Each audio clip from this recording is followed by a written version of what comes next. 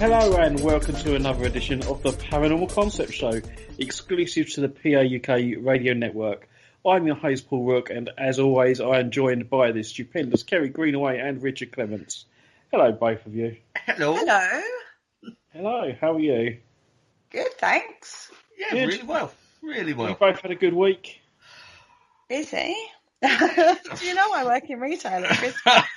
Do you? I work in retail all the time, but, you know, Christmas is particularly harsh. I'd like everyone to know that. Just put it out there. I didn't know that. Oh, well. It won't be long until it's over, Kerry. I had quite a nice day today. I took my mum out for her birthday lunch. Aww. Wasn't that good of me? Yeah. Did you put a little Like a candle lovely in it? son. Pardon, Paul? Did you put a little candle in it? No, we just went to one of their favourite garden centres, and they've got a really nice little restaurant attached, and I had the what did I have? Oh, I had the pie, the chef's pie of the day, which was beef and mustard. I can well recommend that. That sounds Sounds yum. nice. It was. I've never heard of that combination. Well, you know, beef and mustard, yeah, but I've never heard that in a pie before. So, yeah, went for that and polished a lot off. Nice. So you're feeling piggy and fat now. I must admit, I wasn't feeling too good when I come back, but, you know, I'm starting to calm down now. The old tummy's starting to slacken a bit. I think that's a common What he feeling mean- at this time of What year, he isn't means, it? what he means is he's released his belt a bit. Well, yeah. He's got into his jogging bottoms or his pyjama bottoms. And Yeah. I've got heating. We had a bit of a drama yesterday, yes, and I had the electrician to come round and just do the yearly check, and he left and the heating wasn't working. So I had to... Last night I was freezing away in bed, but today the council actually did send someone round and fixed it. So I'm all nice and warm, snug as a bug in a rug. Well, that's good. Oh, What about you, Paul? We always talk about ourselves, but what about you? What have you been up to?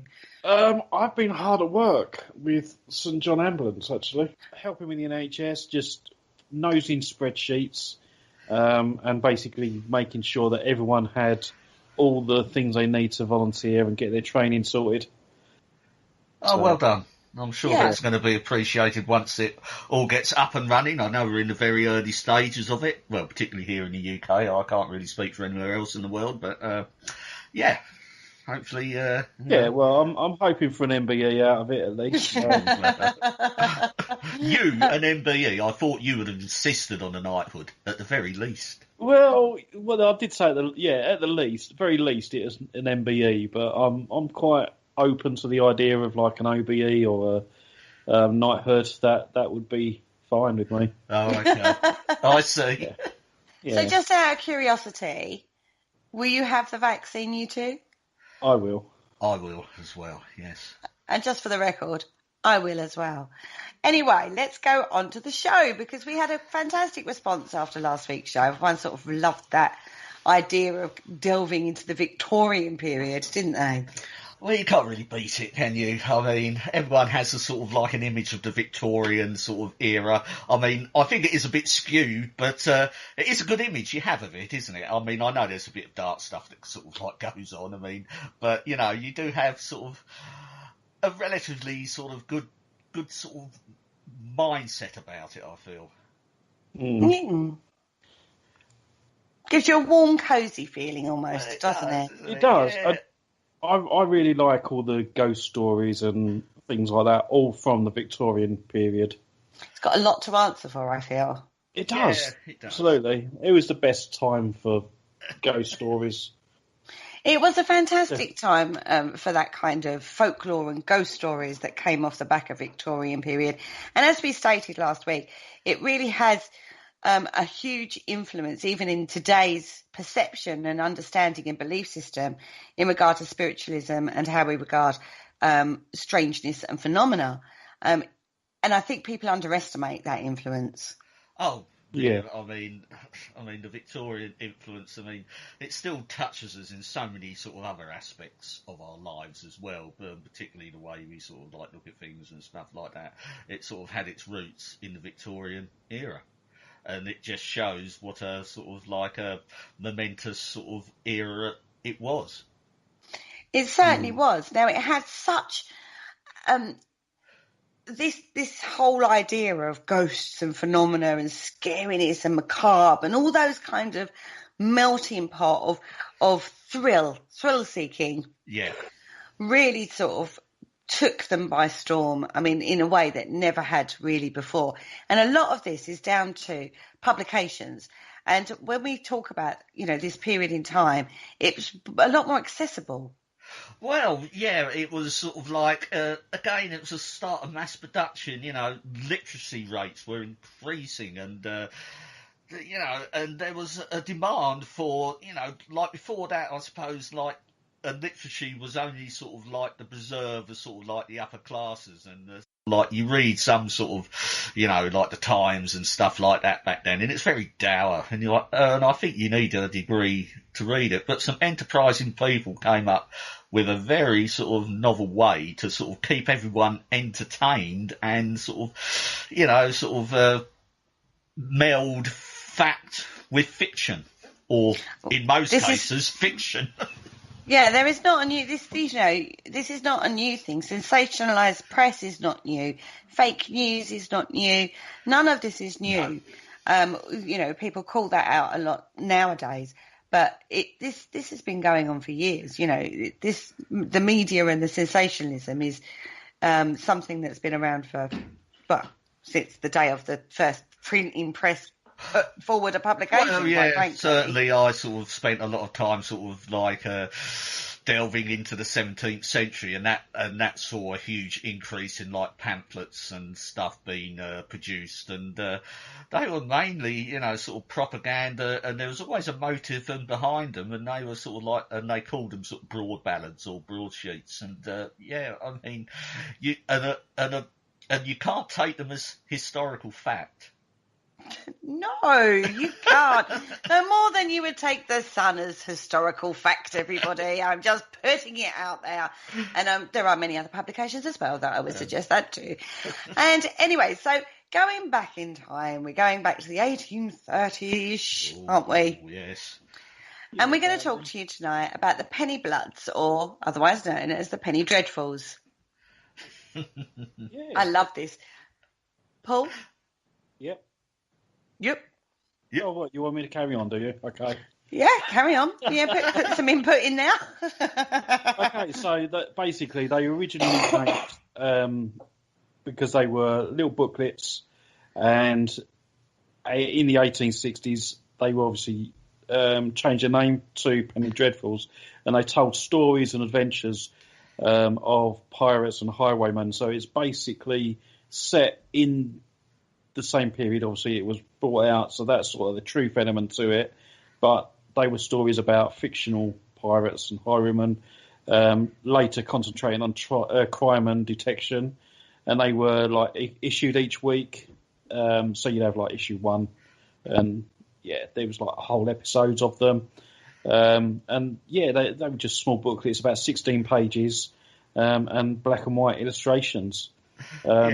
And it's, you still might be able to find some floating around the antique shops and stuff. I sort of had a look at the internet when I was sort of like looking into this, and you can get compilations in published books and from bookshops and stuff. But I think original copies are really quite difficult to actually get hold of, but there are probably some around. But the thing that made me laugh, they were sort of real sort of the original pulp fiction sort of booklets and stuff like that, because they would have like double columns of text, and and the thing that gets me is they were just loosely printed, and it says here, they would sort of like often break off mid-sentence at the bottom of a page. And I thought, Christ, that sounds like one of my blogs. That sounds like a cliffhanger. Tune in next week. ... Yeah. So, they weren't sort of, glossy like we get today, but they were very functional. Just functional, and they sold like hotcakes. People really... They did. They were really successful, and they created a new vast readership between 1830 and 1850. And there was even, I think at one point they even had like 100 publishers of penny fiction as well. And yeah, it just embraced wholeheartedly a whole new genre even. Yeah, because I think going back, as you said, the earlier sort of booklets, they basically done pirates and highwaymen, and even today, our view of the pirate and the highwayman is still very much moulded around that. Because there's often a sort of like a concept of view that the highwayman was some sort of gentleman and stuff, and and this comes from the penny dreadfuls and the pirates going, aha, is it aha, Kerry? Yes, you are. Yeah, and being swashbuckling. This sort of perception we have now, which is not correct, because highwaymen in general are quite vicious people, especially Dick Turpin. But even though we still have a sort of like a folk memory of Dick Turpin somehow being courageous and chivalrous, but this sort of idea we have does come directly from these publications. I think when we look at these, they're not actually romanticising it. They've given us this romanticised image, what we've taken from it and moved forward. But when you actually looked at what they dealt with, the tales they told, they were horrible tales. These aren't nice tales. Yeah, because one writer said that it was like full of murderous baronets and ladies of title addicted to the study of toxicology, which is the study of poisons. They had gypsies and brigand chiefs, men with masks and women with daggers, and stolen children, withered hags, heartless gamesters. But I don't know why the Xbox is mentioned there. And obviously foreign princesses and princes, and so that they had like a whole round something for everybody. But I think you've got to remember, in Victorian times, you had the elite. You had like the gentry, as it were, but you also had extreme poverty and, children of the slums and stuff like that. Life was very difficult and very different amongst classes. Nowadays, although we have poverty, it's not as pronounced as it was back then. There was a very distinct difference between classes. We have like an undercurrent here, it is there if you look. But you have to go out and look for it. But during this time, you would have seen poverty on the streets. There were literally people sleeping in the gutter. You probably would have had to step over them. And there were slums, literally, how people were living. It was, slumland. Mm-hmm. And these are conditions you can't even fathom nowadays. I'm not taking away anybody's poverty that we live in this day and age, but it's relative. It's all relative to what we've got. Do you know what I mean? Yeah. Whereas back then, there was a massive distinction between classes in every way.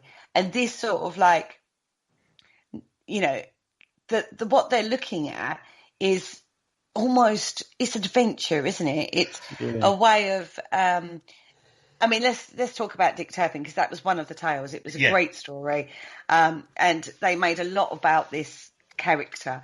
He was very notorious, was Dick Turpin. He's not a very nice character if you look into the history of him. He was very violent. Well, yeah. He was a very violent man. But the story of him riding 200 miles from London to York overnight on Black Bess, as I touched upon, that is probably... came from one of the Penny Bloods. Yeah. That's where it comes from. He didn't. Black Bess, bless her, scaled the walls of York and all. But no, that didn't happen. This came from the Penny Dreadfuls, the Penny Bloods, as we're talking about. And that's, all the way through this, he didn't actually die. He wasn't executed until the page of 2,207. So they've gone through 2,200 odd pages of his ghastly deeds and his story and his escapades and his adventures, but when you actually look at the true real life and kicking Dick Turpin, he was not a very nice man. But people lapped this up. They absolutely loved it. Of course they did. Well, it's, sort of like the masses. You write about what, they were hard times. So you write about sort of hard times, and it does actually sell. I mean, you only have to go back to like the 17th century, sort of just going a bit off topic here, but when Punch and Judy come over from Italy, and and we've all seen the Punch and Judy shows. They're great fun, aren't they, at the seaside? Oh yeah. Those shows are incredibly violent. Look at them. But violent times, I think it's it's relative, isn't it? It's violent times. Yeah. You're witnessing and seeing violent times in your day-to-day life. It's not anything, and I hate to say this, it's not unusual. No, and I think this is the way people sort of coped with it. You presented them with their reality, and as a bit of humour. It's a sort of bizarre way of looking at it, but you present them with what they understand. See, I've always linked Punch and Judy to the Penny Dreadfuls because it's almost the same sort of genre and era as well, It's just weird, Punch and Judy. So yeah, I've always linked them together. Well, I think the shows you get now are probably, an offspin of the Victorian, because Punch and Judy is actually is a lot older, but I think the shows you see now is sort of like a Victorian interpretation of it. Yeah. Very much so. Now, not just the writing, not just the tales and the stories, but the illustrations were just as essential part of it. I think one of the most enduring images of one of the Penny Dreadful illustrations is the actual Jack the Ripper one, where you've got the policeman holding up his lamp overlooking a slain woman. That come from the Penny Dreadfuls. Yeah. And that's and those images were really quite enduring. Well, you think about it. I mean, they would have had newsstands on the street, and you've got to capture the passerby. So you can imagine all these Penny Dreadfuls. So the artwork was, it's the first thing you see, and the headline as well. Which we still have today. And what do you do when you walk into a newsagent's? And what's the first thing that actually grabs your attention when you look at a newspaper? It's the headline. Oh, totally. It's the headline. It's the image. It's the photograph. Yeah. And the imagery is the most integral marketing tool. Yeah. And it was used to, again, because they could actually reproduce this en masse. Again, this is sort of Victorian ingenuity and engineering coming in when they could print quite intricate drawings, because they're basically just sort of like pen drawings, aren't they? And, and they could reproduce them week in, week out in vast numbers. Very much so. Now, one publisher's standing instruction to his illustrators was blood, more blood, much more blood. And this was because that copies sold. Nowadays, it tends to be sex, right? Well, yes, but even back then it was blood, more blood. Yeah, and it's interesting to note, because it's like the Penny Dreadfuls as well. They are sort of instrumental in sort of like, well, in the century before, there was like a Gothic revival, and the Penny Dreadfuls really ran with that, because, the Gothic castle. Our image of Gothic is Victoriana sort of Gothic. I'm trying to think of a classic sort of Gothic building, and we all now know that was built around that time. The Houses of Parliament, Big Ben and that is a classic Gothic design. And it has everything. You look at it and you can imagine it at night, can't you, and stuff. I mean, there seems to be a big longing in Victorian society to actually recreate in stone, bricks and mortar and stone, the actual atmosphere as well, by looking at a building would invoke that atmosphere, and the Gothic style was the pinnacle of that. Yeah, especially like with around the Bank of England and St Paul's Cathedral and all that. Yeah. You see it in all like that Mary Poppins type of movie, or the Oliver Twist. Mm-hmm. Oliver Twist is probably one of the better examples. Yeah. Because it is very Victorian-esque. And it's just... Sums it up, doesn't it? Yeah. Sums it up what you would imagine it to be. quite frankly. Now, the most successful Penny Blood was actually Mysteries of London. It first appeared in 1844, and it was written by a guy called G.W.M. Reynolds. It was based on a French book, but it actually took a life of its own. It spanned 12 years, had 624 numbers, and 4.5 million words. Oh, not many then. Not many, yeah. They say to write a book, you should concentrate on writing 500 words a day, every day. And before long, you've got your book. Well, he must have been, constantly at it. Well, they in his own little world. They were sort of paid by the article, and they were just paid to just churn them out, literally. That's right. If you didn't write, I you didn't get paid. bet that one cost more than a penny. Now, what this series actually did was actually was a better reflection of life as people recognised it then, the difference between the world of the slums and the life of the rich. You know what I mean? So it makes it more relatable to your audience. They seem to be coming away now from the sort of like the more sort of historical and trying to bring it into the there, here and now, don't they? Yeah, it certainly is what it did, and it did definitely.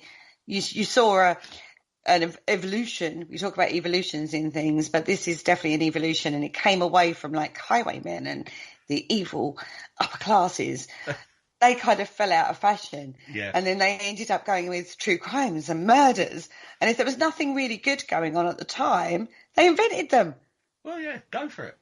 Why not, right? Fill Let's your invent boots. something. Fill your boots, go for it.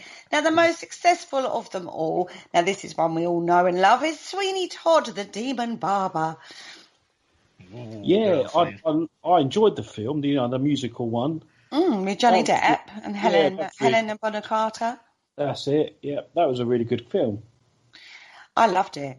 Yeah.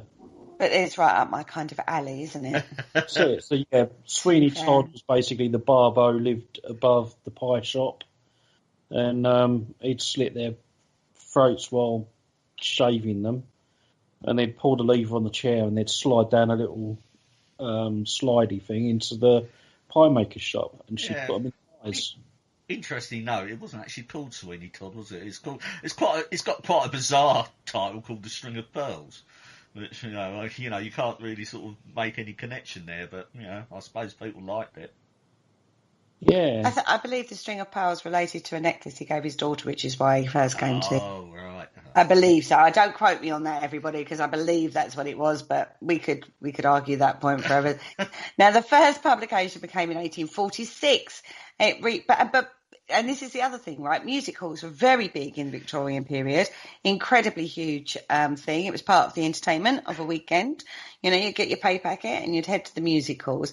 So a lot of these penny dreadfuls were actually taken and put into plays before they'd even finished their run in the penny dreadfuls. So it was sort of like you'd go to the theatre and see these being played out on the stage, as it were. And this is one of the ones that was actually adapted. Yeah. That could be for the people who couldn't read. Well, quite possibly. Yeah, quite possibly. But again, it's that macabre, isn't it? It's watching it.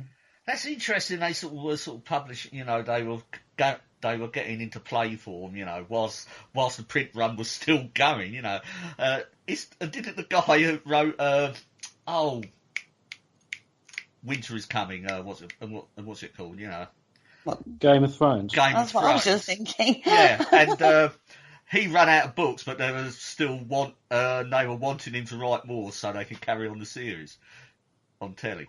Oh yeah, the TV series overtook the book writing. Yeah, that's right. So he had to churn them out. But this is what's going on here. But again, I should imagine people must have invested a lot of their time in this, sort of following it in the Penny Dreadfuls, the story, and then wow, it comes on the stage. I mean, what a selling act. Exactly. I mean, we saw that with Harry Potter as well. The first 3 films, and then she got writer's block, didn't she? Before they knew where it was going. Yeah. Yeah. It was like catch up. Anyway, they went onto the stage. So before they even reached its conclusion. So and these things, it becomes deep in the psyche of people. You know, they get caught up in the story. We see it like modern day times. We just named 2 examples of that. Modern day times, it's films, isn't it? I've got to go and see the next film, and she hasn't written it yet, damn her, or him, in regards to the Games of Thrones. This is exactly the same thing going on in the Victorian times, just playing out on a different playing field, as it were. So you've got the publications and then going into the musicals. Wasn't J.K. Rowling under this pressure as well towards the end? Didn't I just say that? Oh, sorry. Pay attention, Richard. Pay attention, yeah. Richard, are you not listening again? Come on, sometimes I wonder, do I talk in Swahili? I do wonder. I was looking at something else. Oh, dear. Now, they had, oh, dear. Where are we? Move on from that. Penny Bloods, right, they had a broad readership. The focus narrowed and the children became the main target, right? So, everybody was reading these, but then they decided to hit the kids. Let's get the kids in with this. And there were dozens of titles to do with children. The Wild Boys of London, The Poor Boys of London, The Work Girls of London. These are all series that ran through the Penny Bloods. And it was like, I could just imagine, it's almost like encouraging gang warfare. Well, I'm the wild boy of London, I'm part of that gang type thing. You could argue there that it probably increased the literacy rate in children. There would have been, perhaps a lot of pressure for children to actually sort of learn to read and stuff back then. Yeah, but you think about it, there was always a movement of educating as well. You had a lot of people, and we found this out when we was talking about Newgate. Yeah, we were, trying to educate and give them a chance in life so they could raise themselves out of poverty. It took a long time to gain feet, as it were, but there was always this push for schools and, for the churches to actually teach literacy. And actually, when we was listening, and I refer this back, the literacy rate in London, particularly among women, was always, thought to be very low. And actually, when they did a survey, it actually ended up being a lot higher than they thought it was. So I think literacy was in its infancy. Mm-hmm. I'm not saying that everybody was accessible to it, but it was a lot more accessible than people think. Well, what I mean? So you would have at least a rudimentary understanding of reading back then. I say not everybody, but, it was a lot more prevalent than people give it credit for. We was talking, this is going back actually even further. We were talking about, John Kaneko James. Yes, I remember. He was talking about the Witch of Rye or something like that. Yes, that's right. And he was talking about this literacy situation. And that was in the 1600s. And that was across the whole board, women as well, wasn't it? So that exactly. was quite interesting, that. And that was something that was unexpected, but the research shows that there was a higher rate of literacy than was initially thought. I mean, we have this very twisted perception that poor people couldn't read or write and the rich could, and it was originally a premise for the rich, but it does filter down. When you think of all the cooks and the serving girls and that, right, ordering stuff in for, the suppliers for their rich people, and they're dealing with reading, money keeping, bookkeeping. It wasn't just the premise of like one person. It was like a whole across the board. There's a lot more to it than, it's not as black and white as I think people perceive. Anyway, this started a lot of people's careers, new genres came through. Lots of writers began their career in the Penny Dreadfuls. Yeah, you can well imagine it, can't you? You start off at sort of like the low level, and and if you got a knack for it, you sort of, I suppose the Penny Dreadfuls was a way in, for a lot of people that had aspirations to become writers. I think, though, there's a precedent here in modern times as well. There's a lot of paranormal magazines that are around, and there's a lot of people that are amateur writers writing articles for these magazines. So they're getting their foundations being built off the back of writing for these kind of, and I don't know disrespect, but quite small publications. Mm-hmm. And they're cutting their teeth, as it were, writing for these kind of magazines. I'm talking predominantly in the paranormal world, obviously. Yeah. I would imagine it's no dissimilar in many hobbies out there. There's probably little publications all over the place, and people are cutting their teeth in exactly the same way as they did with the Penny Dreadfuls to go on to be successful authors, in these kind of smaller magazines. Very much so. And speaking of books, we got our own one out, hopefully very soon. Ooh. That's a nice little segue there, wasn't it? I like that. Yeah. And it goes very nicely with our first book as well, that's available at paranormalconcept.com. Just go to the shop and you can buy our first book, which was called Parasearch the Book. It's called the book. The Book of Parasearch, actually. Oh, the Book of Parasearch. Okay. It was a long time ago since we wrote it. So, it's true. That's my excuse on sticking to it. But yeah, that's full of blogs and ideas and stuff that we wrote out, as well as a few other people we used to work with. But yeah, another one's due out very soon, so keep an eye out for that. Well, I'm sure people can't wait to get their grubby little mitts on those. My ideal Christmas present, everybody. Everyone to listen to buy one. That would be lovely, wouldn't it? Yeah. Well, that's amazing. sold anyway, so yeah.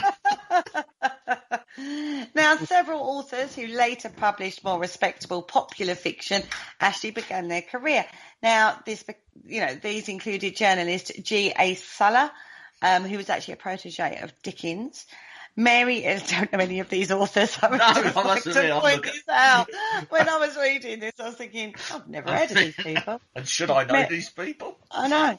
Mary Elizabeth Braddon, she became the best-selling author of Lady Audley's Secret. That sounds rather scandalous. It sounds totes scandalous. Yeah. But she also began as a pseudonym author of The Black Band or The Mysteries of Midnight. Now, this is a lady murderess who organises a European-wide network of criminals, of course. Of course, yeah. And she said herself, the amount of crime, treachery, murder and slow poisoning and general infamy required is something terrible. But it was exactly that sensationalism that people lapped up. Well, yeah, I mean, it sells. And you can't ignore it. I know sort of you sit there and think, oh, it's shocking, but, it sells. Well, it certainly does, but also it sells not just like copy sheets, like these broadsheets and these penny dreadfuls, but it's also, think about it. We talked last week about Florence Cook and her spirit guide, Katie. Do you remember? Yeah. And the melodrama of that, where we was looking at the end when Katie was saying goodbye, and it was all, it just is pure melodrama, isn't it? Oh, it's the classic sort of back of the hand to the brow and passing out stuff, wasn't it? Yeah. It's just perfect. I'm gonna actually incorporate some Victorian drama in my life. I've decided this. Have we got enough already? No, clearly not. Not Victorian melodrama anyway. We've got to do some proper swoony moments. But you men aren't allowed to do the swoony thing. That's mine. All right. I am just a mere feeble woman. Yeah. I might run a mastermind of European-wide network of criminals in the background, but on the surface of it, I'm just a mere woman who swoons at regular things, and I might know toxicology like the back of my hand, but I'm still just a mere... Can you imagine that, Richard? If we walk into the studio one day and she's like sprawled herself all over the knobs and buttons we've got, and we're just like, come on, not again, stop lolling about, get up, out the way, just have come to on. Push her off and onto the floor. And get on with it.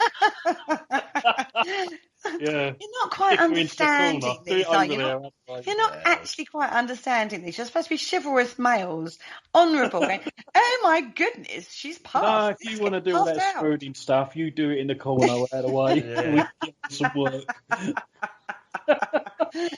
This is not a time of equal rights. This is the Victorian period. Is all I'm saying, boys. Yeah. There's no equal rights there. If that's all they were doing, don't blame the professors. Oh, God, not again. Now, one of the most popular characters. Now, I'm so shocked at this one. The Penny Dreadfuls, there was a story about Varney. Varney, bless him. I feel quite sorry for Varney. Now, he holds the title of the Forgotten Vampire. People don't know who Varney is, and they should know who Varney is. Isn't In the that Reg? lexicon of vampires, he should be up there with Dracula. He actually comes before Dracula, and Wasn't his first name Reg? yeah. It's Varney. Reg Varney, yeah. Who the hell's Reg Varney? Really? You'll have to you'll have to catch the bus to the cemetery gates, my dear. Now there's a clue. Oh, you're on the buses? Yeah. Oh, my God. God. Now, Varney the Vampire, or The Feast of Blood, was written by James Malcolm Rymer. Now, this is, I feel sorry for Varney. He is definitely the forgotten vampire. This was published between 1845 and 1847. Now, this is way before Sheridan Le Fanu's Camilla or Stoker's Dracula. Yeah. Years before. Yeah, I can't help wondering if those two people took their inspiration from Varney. They certainly would have known of him. Yeah. I really think that, that we talk about plagiarism. Well, I think maybe these people plagiarised, not going to lie, because poor old Varney, no one really knows about him, and they should know about him. To be fair, I'm not sure they're really all that bothered at the moment. What do you mean? Well, they're all dead, aren't they? Who? Oh. Everyone involved. Fanu and Stoker. Yeah. Well, No. I know, but at the end of the day, I do think you should credit people where, if you have an inspiration, then you credit that, surely, or you don't. Well, they're working works of fiction. It's you never see sort of footnotes very rarely in works of fiction, do you? I mean, fiction, I suppose, can be a bit of a plagiariser's paradise. And I think for some... Right. And I think for some people it's a bit embarrassing saying they've nicked some of their information from Wikipedia. Ooh. Well, yeah. Or from maybe... Changes like you change your socks. Or maybe it's the same thing where you go, I actually tend to agree with Paul on this one, because you don't like to admit that maybe you got your starting point or your information starting point from Wikipedia. These days, there's sort of like a bit of there's a bit of a thing about that, isn't there? Well, we know how wrong Wikipedia is. I think there's a lot of snobbery. Snobbery. Involved in it. I mean, I always use Wikipedia as a jumping off point, because it does have links, references, and some of them are very well. And this is where, and if you claim to be a researcher, you should be able to sort of discern what's what, but it's always a great starting off point. And where do you think I got this article from Varney from? Oh my God, did you really? No. But no, to be fair, I mean, it is, as you said, it is a good starting point. But at the same time, you want to fact check everything that's on there. Oh, totally agree with that. Yeah, but maybe there's a snobbery in regards to your inspiration or your point of reference was possibly a penny dreadful. Maybe back then there was a snobbery about that, like we have today with Wiki. Yeah, that's what I'm saying. Maybe there is a link there. But this was anyway, back to Varney. Yeah, there was an Eastern European, he was, should I say, an Eastern European aristocratic vampire, Sir Francis Varney. Now, it is total melodrama, right? Totally. Now, he basically was paid to fill columns and pages. Now, the quality is not very good, I'm not going to lie. It proved incredibly popular. Again, it went onto the stage, it went into the music halls. But the first description of the vampire is what's integral with this particular story. Mm-hmm. Our main images or mythologies surrounding vampires actually comes from Varney. He had 200 adventures, everybody, by the way, Varney. Oh, right, so he's got an active soul, yeah. Uh-huh. He feeds off virgins. He's almost tricked into marriage. He conspires to marry a succession of women, but he's always exposed. His plot is always exposed at the end, right? That's plot spoiler for you, everybody. He's hunted by a mob, chased across rooftops of London. Honestly, the amount of things that you get chased, well, rooftops of London. I think I would like to go back to Victorian period to see how easy that would be, because you see that depicted quite an awful lot, don't you? That is quite an iconic sort of scene, or it conjures up an iconic image in your mind, doesn't it? Even back it's to Mary obvious how Poppins. it works, because you see it in Mary Poppins, don't you, with the old Chimney, chimney, flicks. chim, chim, Yeah, chiroo. he blows when he needs to go from one rooftop to another, he just blows the smoke across, and he walks across the smoke. Oh, it's so clever. Yeah, he's a clever that's how it works. See? That's how thick the air was back then, everybody. Yeah, pollution or what? And you know about it. He infiltrates a monastery. He tries to be a hero. He apologises to his victims. I'm very sorry, but I'm going to bite you and suck your blood. He ruthlessly murders, commits robbery, suffers a bit of an existential crisis, and eventually throws himself into Mount Vesuvius. Because obviously fire, right? Mm-hmm. Yeah. Now, moved to London just for the special. he was resurrected on multiple occasions, which is a thing for vampires, right? He was, he's impervious to sunlight and is regenerated by the moonlight. So he was a Time Lord as well. Varney definitely gives us a mythology of how vampires should be. Well, yeah, and you sort of look at that description, you know, sort of being chased by the mob and sort of like a bit of a seductor and stuff like that. That is a classic Hammer horror movie, isn't it? You know, the old classic Hammer. You know, they've still got it in there. Mm-hmm. Now, he wasn't, we just talked about plagiarism, but Reimer actually drew on material from John Polidori, the vampire from 1819. But his is the first vampire who was Eastern European. His was the first vampire that left puncture marks on his victims' necks. His was the first vampire whose action centred around graveyards. His was the first vampire that had superhuman powers. He was very good at disguise. You know, I mean, there's a lot of things coming out from Varney that actually were progressed by Reimer. Mm-hmm. Later on, other things came in, but the basic core of what you would expect from a vampire comes from Reimer. Yeah, like for example, the whole vulnerable to crosses, garlic, and liking steaks. That was actually later. That was later. Yeah, it seems they've sort of like, and as Kerry said, it's the core sort of principles of a vampire, and these sort of other sort of superfluous bits are sort of like add-ons, aren't they? Because if you notice, you know, across garlic, I mean, they're not part of the vampire; they're just things that repel the vampire, aren't they? So you can see those being added ad hoc throughout the years, can't you? Okay, one thing I want to say here: best vampire movie ever for you guys. Oh, I'm Dead and Loving It. Dead and Loving It. I'm a bit of... It was, I don't know if it was called Dracula, Dead and Loving It. It was a spoof movie. I was going to say, it sounds like a comedy. I think it was Steve Martin. Might not be Steve Martin. Oh, yes. Might be the guy from Naked Gun. You're Steve Martin. No, it's not Steve Martin. Go on, have a quick Google. Or can you not? No, I'll have a quick Google. We'll never hear from him again.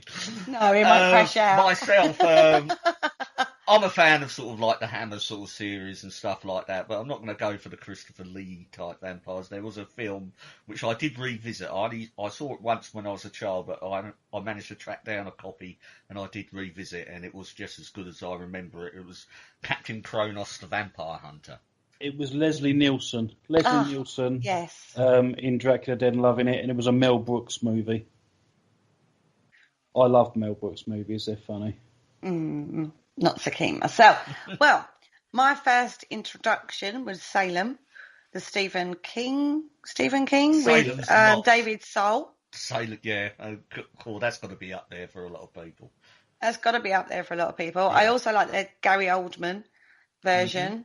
I can't remember what that was called. Probably just Dracula, wasn't it? Yeah, I wasn't too struck on that, to be quite honest. Yeah, but and I did like Interview with a Vampire by Anne Rice as well. Yeah, the stuff. Mainly because you have Tom Cruise and Brad Pitt. Buffy the Vampire Slayer. So, you know, when you think about it, there's a hell of a lot of genres. You know, vampire genre in itself, isn't there? Well, yeah. Oh, yeah, they're everywhere. We might have to visit that particular topic in the new year, I feel. I feel a breakdown of the vampire sort of genre. Yeah, I Well, like yeah, that we idea. could do a series. We could do like monsters of that sort of era, because you've got Frankenstein's monster as well, and the werewolves, and yeah, the list goes on. But this all comes from Varney, basically. Let's good old Varney, the vampire. Now, he basically continued to reinvent himself over a long series of runs. Sometimes he was very comedic, sometimes he was tragic. He was a very complex, enigmatic figure, even though the writing was quite poor quality, as we've said. But you know what I mean? It's just brilliant. It's absolutely brilliant. I love it. All good stuff. And it had lasting effects. So this comes again, this influence from Victorian period coming through, and we've seen a whole genre come off the back of that, basically. Yeah. You know, we make an assumption that Bram Stoker and LaVey, or whatever her name was took their influence from Varney, but we don't know that. You know, that's not something we know. But it does seem that a lot of the characteristics, shall we say, were set with good old Varney. Well, particularly Stoker and the Eastern European connection. I mean, yeah, that can't be no accident. Well, James Reiner actually did also write the Sweeney Todd series as well. So, you know, let's give James Reiner a little round of applause, because those two things are still very much prevalent. So good old James Reiner, well done, is all I'm going to say. And I think, you know, we should give Varney the vampire a bit of an airing now and again, because, you know, underrated, I feel, underrated. Yeah, definitely. Right. Now, one of the ones that keeps popping up in a little paranormal world quite often, actually, is the London urban legend of Spring-Heeled Jack. Yes, I mean, again, this is probably one of the few sort of characters that has sort of lasted to today, hasn't it? Very much so. Now, this is one that interested Paul quite a lot. Yeah, it did. It's just something that was put in. I've told like people before that when I got first into the paranormal, it's because of my dad's book, and Spring-Heeled Jack was one of the stories, and it had like the footprints across the rooftops and well into the countryside and stuff, and no one really knew where they come from, and that sort of sparked my interest off of it. But yeah, as we obviously look into it, it's just a story at the end of the day. Well, it first hit the news headlines in the 1830s. Now, this is very much London. He reportedly leapt into the paths of young servant girls to physically accost them. And he ran coaches off roads, and basically is very mischievous. Now, in 1863, a penny dreadful titled Spring-Heeled Jack, Terror of London, actually depicted this as a supernatural being rather than a physical being. Okay, so that's where we first get this supernatural link of this particular character. Whether or not he was a real person or not is who knows, right? Yeah. Now, he was also costumed. They gave him special boots, and it's one of those, isn't it? It's one of those where at that particular time in life, that kind of crime was very common. Yeah. Yeah. So he's embodying something that went on, but also giving it a supernatural twist would fit with the genre that's where it's being published. So that's the problem we have with Spring-Heeled Jack, isn't it? Yes, I mean, he's one of these sort of characters. A lot of people seem to have sort of like re-embraced him and sort of think it's real, but sort of looking at it, I mean, it is, you know, probably one of the first urban legends fueled by sort of publications. Yeah, very much so. Now, the mythology and the supernatural abilities of Spring-Heeled Jack kind of reports came in. Apparently there are, and I'm going to air quote, witness reports, because he reportedly leapt from walls and breathed flames of fire and blue fire, blue fire, even, all sorts of things. He was just, he did take on a character of his own, but it is total urban legend. And I think people may have been accosted by a real person and went, "Oh my God, it was Spring Hill Jack." Well, you know what I mean? Yeah. Their mind jumps to an assumption of something that wasn't there. And we know how unreliable our minds are. And you've only got to be under the influence of gin or, the gin palaces of the day and stuff like that. But he actually had a quite terrifying appearance in the Penny Dreadfuls. And this is the problem. If you've read these Penny Dreadfuls, then you get accosted and, you've got to remember the lighting as well. We're not got lighting that we have today. It's few and far between. It's quite a terrifying imagery. It wouldn't take a lot in a terrifying situation to jump to an assumption that it was something different to what it was. But apparently he had eerily clawed hands and eyes like balls of red fire. Well, you've got to have balls of red fire for eyes, haven't you? Why not, right? Now, this actually originated from Now, I found this fascinating because it's ghost animals. Right. Okay. Right, and this is another subject we need to delve into a little bit more, I feel, is now because this originated from sightings of a ghosty bull that happened in the southeast of London in 1837. Now, rumours of this ghost began to spread through the city. Are you sure a ghost cow? Are you sure they just didn't watch Only Fools and Horses when they were talking about the rhino loose in London? Oh, I have no idea. And no they've just switched the animal.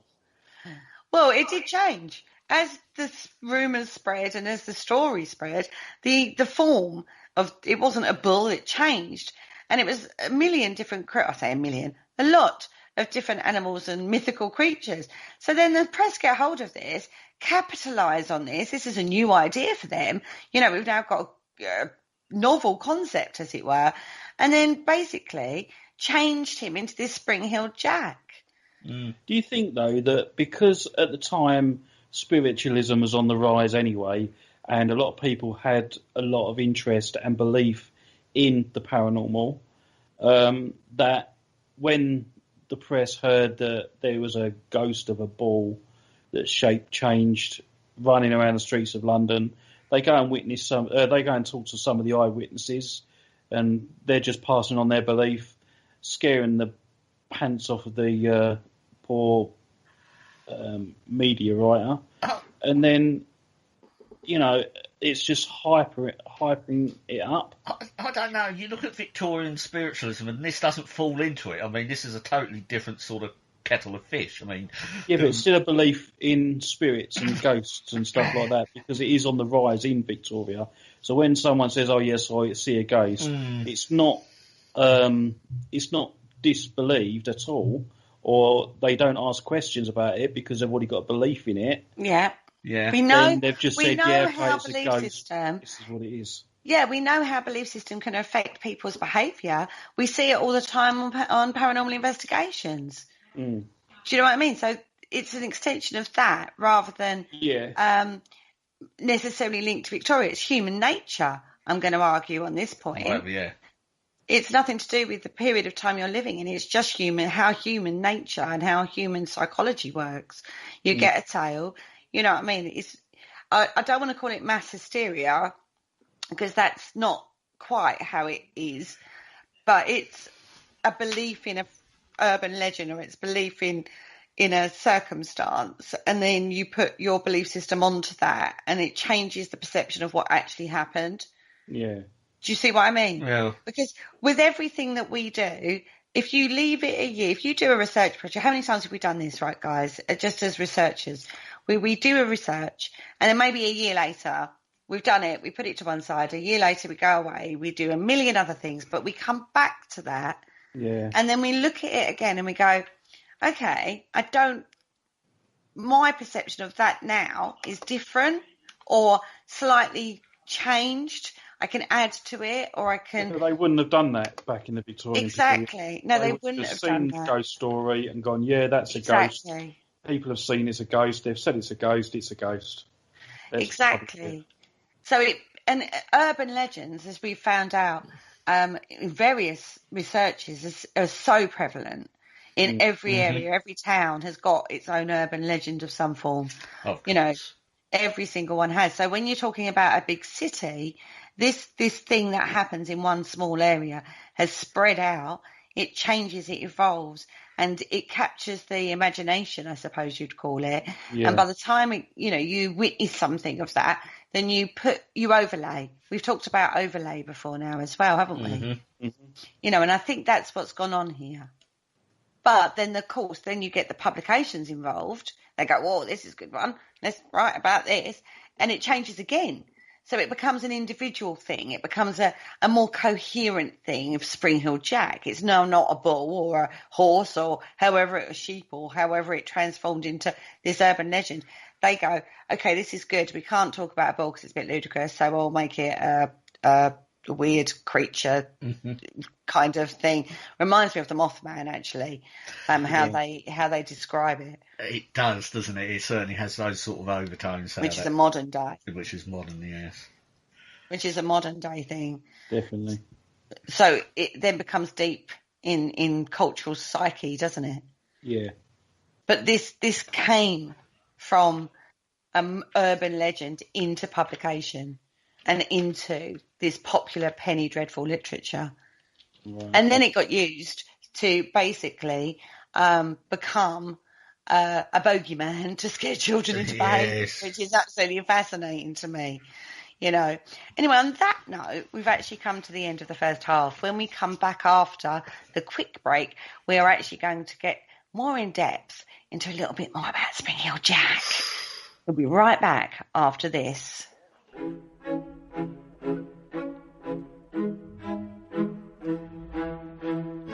Hello, Harry Price here. If there's nothing me and my friends enjoy more here on the other side, it is to sit back and relax and listen to the Paranormal Concept Show, right here on the PAUK Radio Network. Broadcasting a plethora of interesting and informative content for all your paranormal needs. Find them across social media to keep up to date with forthcoming shows and all their other adventures. Hello, is there anybody there? And go. And welcome back to the Paranormal Concept Show, exclusive to the Paranormal UK Radio Network. Now, before the break, we were examining the deep and dark and macabre world of the Penny Bloods or the Penny Dreadfuls, and some of the stories that came off the back of that. We looked at Varney the Vampire, Sweeney Todd, and we were right in the middle of Spring Hill Jack. Dun, dun, dun. Spring Hill. Gotta love a bit of Spring Hill. Now, we've already talked about this urban legend coming forward and being picked up by the publication, basically, and actually taking a life of its own. They gave him a characteristic. They turned it into more of a character rather than a mythical creature. And the fact that this actually was born off the back of a ghost sighting of a bull. Yeah. It probably was made into a character to make people not so scared of going out. Well, I don't know. I think some of the exploits he got up to, I think it would have been absolutely maybe terrifying. It was the opposite. Yeah.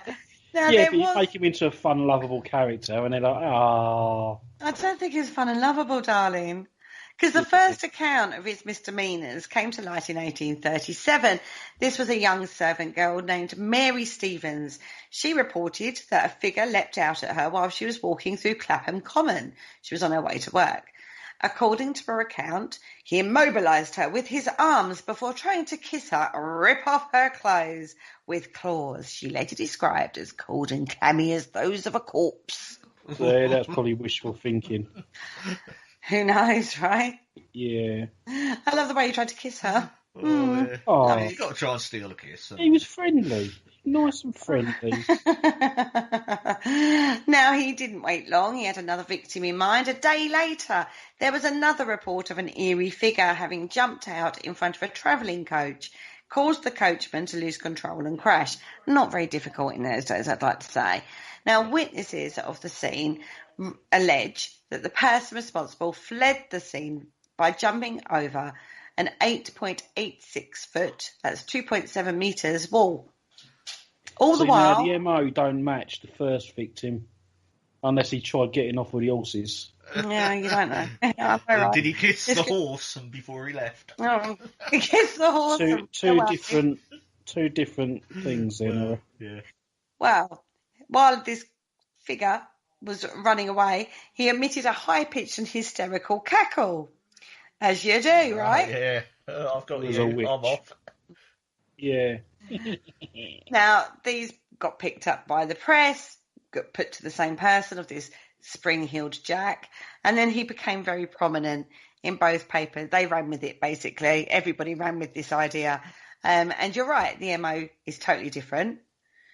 But cold and clammy, tried to kiss her, take her clothes off, jumped in front of a coachman, caused a crash, jumps over a 2.7 metre wall, high cackle, pitched laughter. Do you know what I mean? It's all very bizarre. And that's quite a high jump as well. Yeah. Can't deny that. Yeah, over and up. 2.7 metres. An 8-foot wall, yeah. You know. That may not be, though. You see parkour nowadays. Yeah. They don't seem to have trouble doing that. Well, yeah. No, they run up the side of skyscrapers and They stuff. do all sorts of weird stuff, don't they? Yeah. So it could be Perhaps something. he was a particularly Victorian adept. free runner. Who knows? Who knows, right? It's not Exactly. impossible, is what I'm saying. That's my argument there. It's not impossible for a human to do it. No, but yeah, improbable, but not impossible, probably.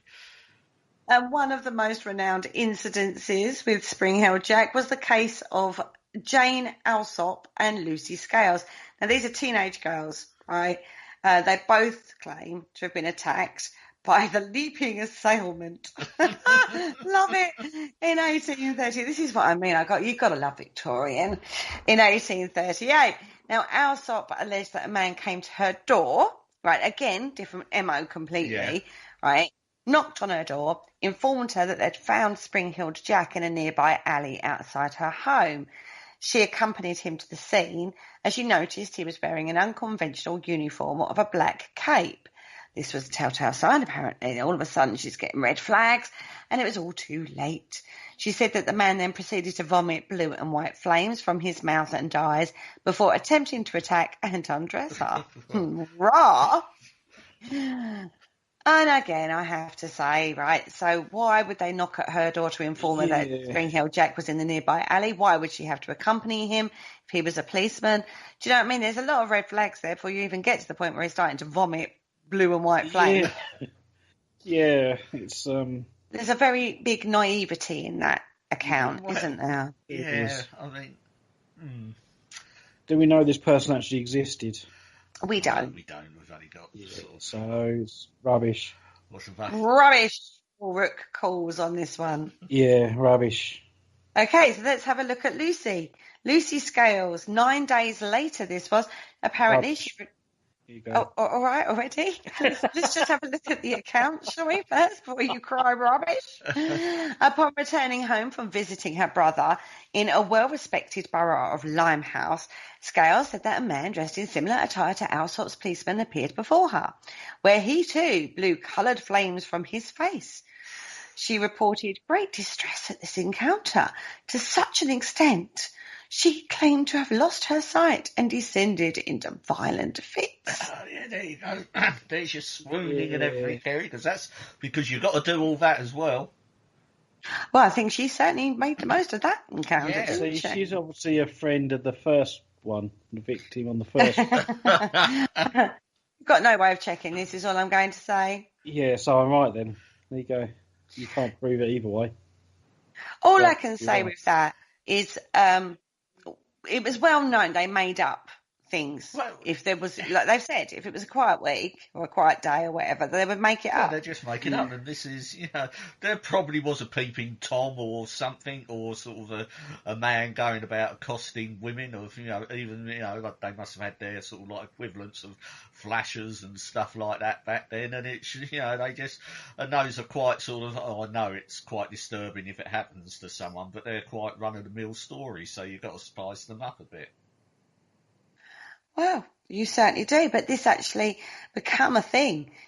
People starting to become very uneasy about this. It's a public person going around spewing flames out of their mouth and their eyes and accosting girls and knocking on doors and causing all kinds of manner of... I think everything's being blamed on the Spring Hill Jack, quite frankly, at this point. Yeah. He actually became a subject of a public meeting in 1838. The Lord Mayor of London at that time, Sir John Cowan, spoke of an anonymous complaint made by a resident within Peckham. Apparently, a servant girl of a family, very wealthy family, had been frightened by a mysterious entity so much that she had not properly recovered. Oh, poor girl. Oh, it's all very dramatic, isn't it, everybody? She's taken to her bed. Like Mrs. Bennet in Pride and Prejudice. Bless her. Now, this caused a bit of a stir, should we say. Several members came forward talking of similar incidences that had happened to other servant girls in the Kensington and Hammersmith area. Oh, goodness me, the press picked this up. If they hadn't already, they were running with it. It hit the Times. Well, there you go. You can't get much higher than that, can you? Most certainly not. So we've developed from like the penny dreadfuls into the Times, right? Well, it shows what sort of influence these sort of pamphlets must have had. You know, eventually, you know, even serious publications could not ignore it. No, they couldn't. Now, when they wrote this article, when they put this article out there, the publication actually got a lot of correspondence, should we say, basically saying the same things, of people saying the similar content, that they'd seen something or knew somebody who had. And it basically became a real thing, you know. So where do we go with this?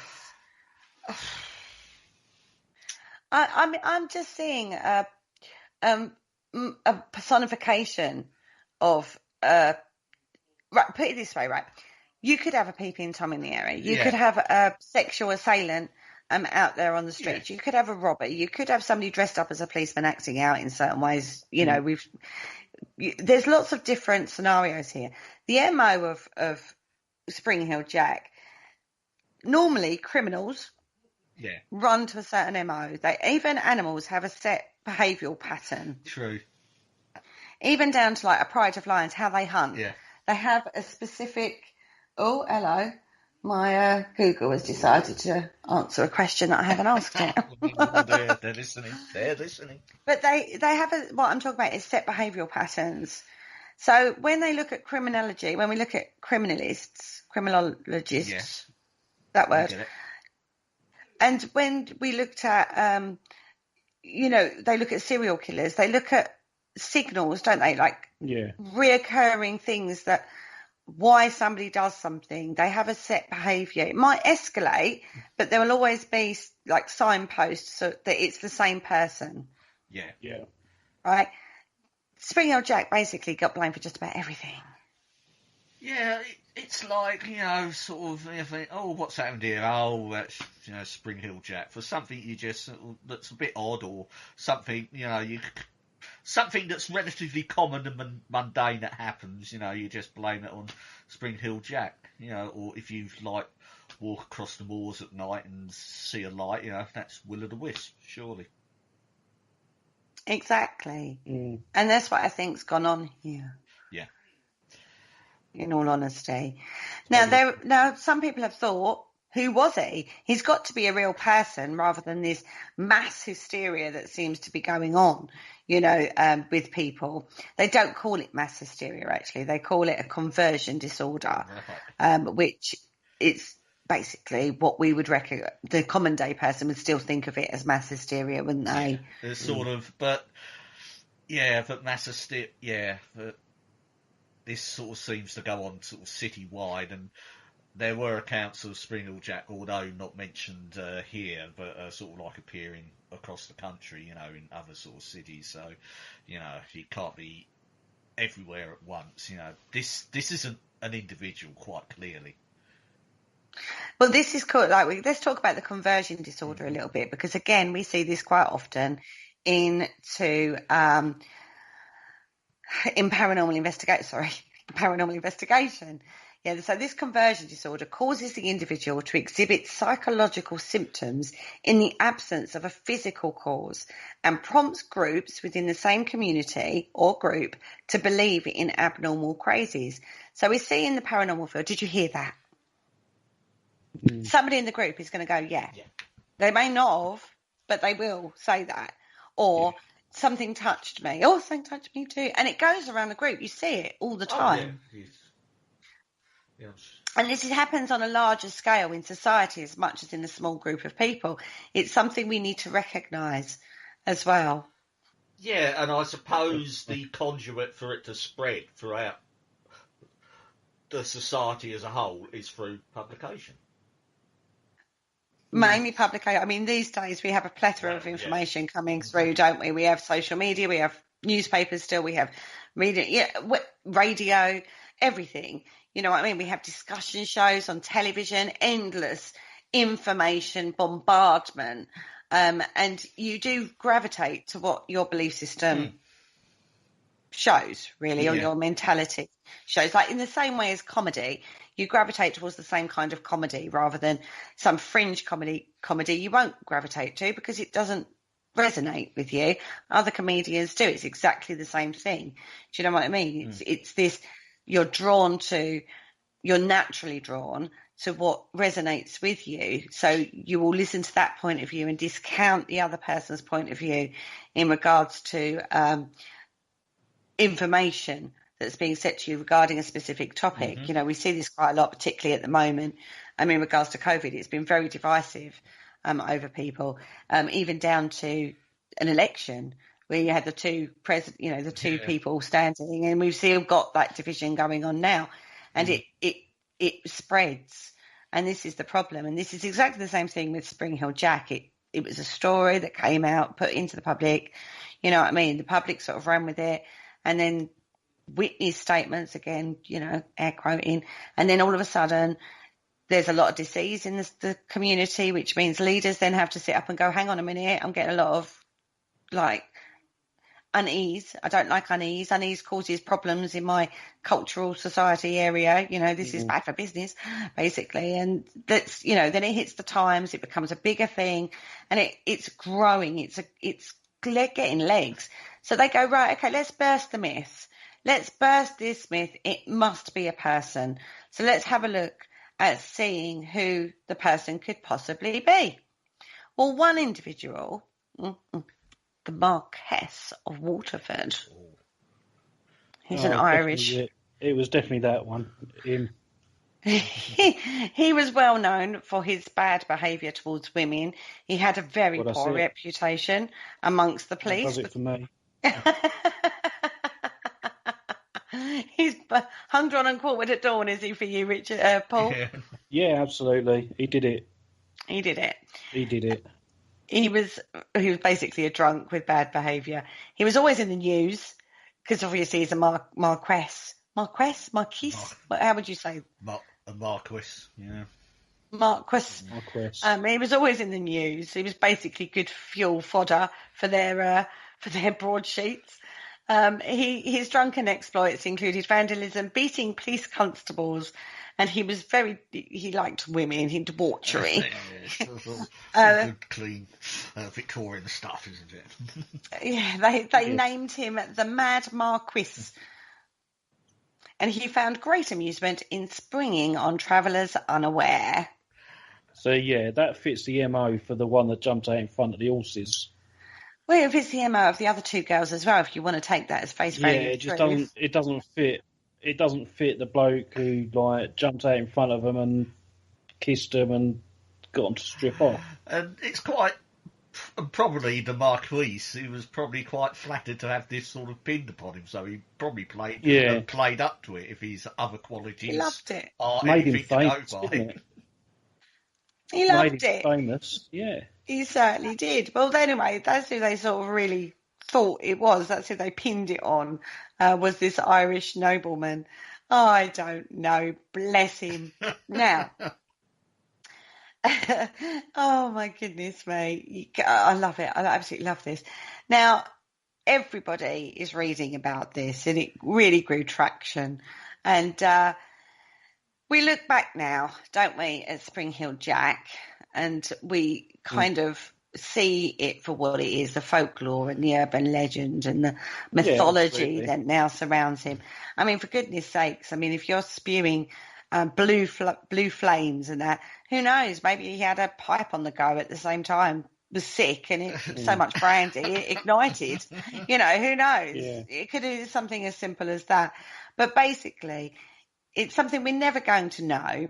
It's something that's been so twisted by the media at the time that we haven't got a clue what the truth of that is. We have to take that purely and simply as an urban legend.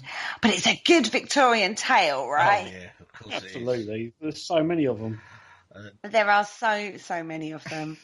Now, another one that was literally fed the media and created a frenzy, one that never been seen before, really. We can't not talk about. I really hate talking about Jack the Ripper. I feel such a novice talking about Jack the Ripper.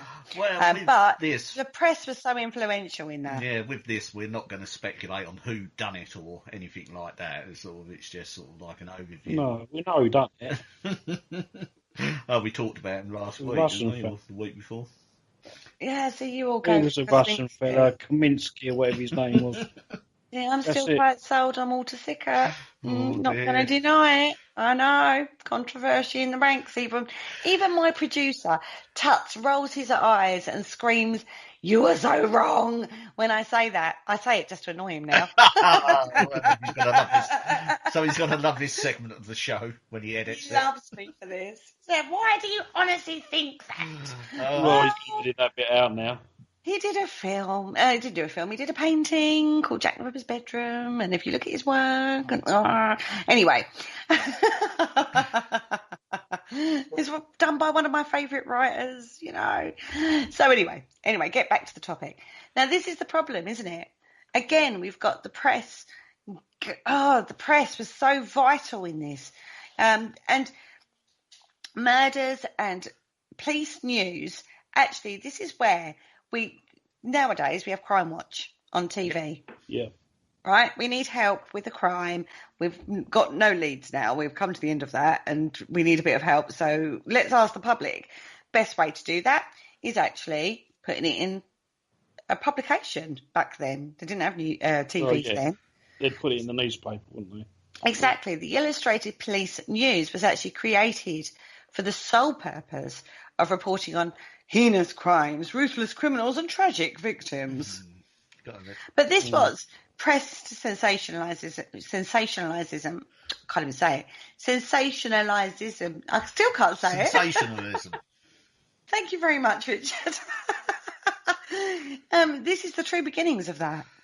Yes, it seems. Yeah, I mean, it's often puzzled me because violent murder and sort of crime was not uncommon. I mean, why did and there was sort of multiple, and there must have been multiple sort of serial killings in London before, but why this one?